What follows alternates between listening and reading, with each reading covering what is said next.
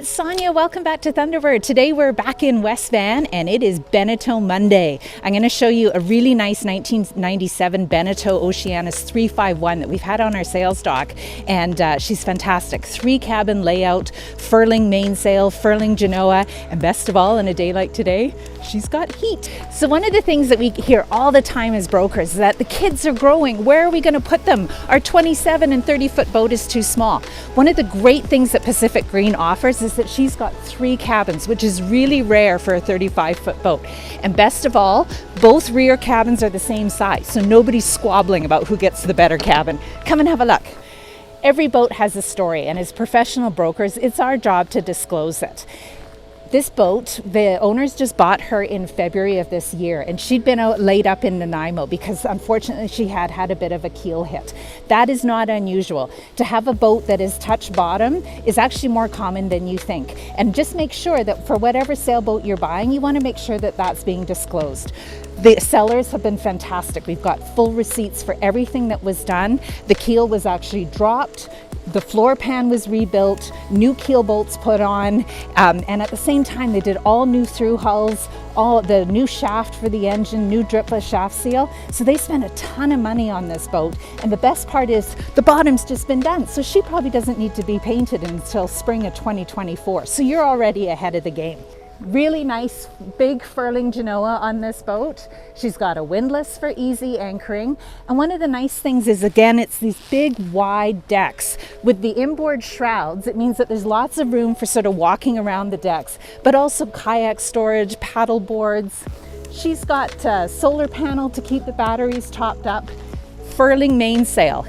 The trim perhaps isn't as good as a traditional mainsail, but you will sail more because it's easier. And best of all, this time of year, check out this full cockpit enclosure. All of a sudden, this space outside becomes usable year-round. It's like having an extra living room. Come on aboard and I'll show you around. So I've driven this boat twice and she handles like a dream.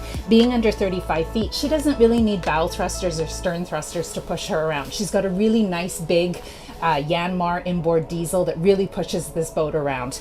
She's got full instruments, radar, and when you come down below here, you can see a lot of the, apart from these sheets here, all of the running rigging has just been recently replaced. So something else off the to-do list.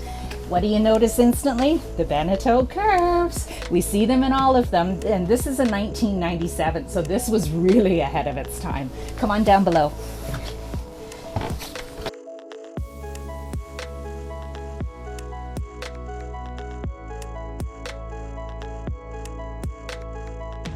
On every sailboat, there's always a debit and credit, and sometimes when you have 3 cabins, it takes away from the living space, but you can see here on Pacific Green, this is fantastic space. She's got great sort of 6'3", 6'4" headroom, lots of natural light with these skylights, and again with the ports in the hull, it makes the boat seem much larger than she is.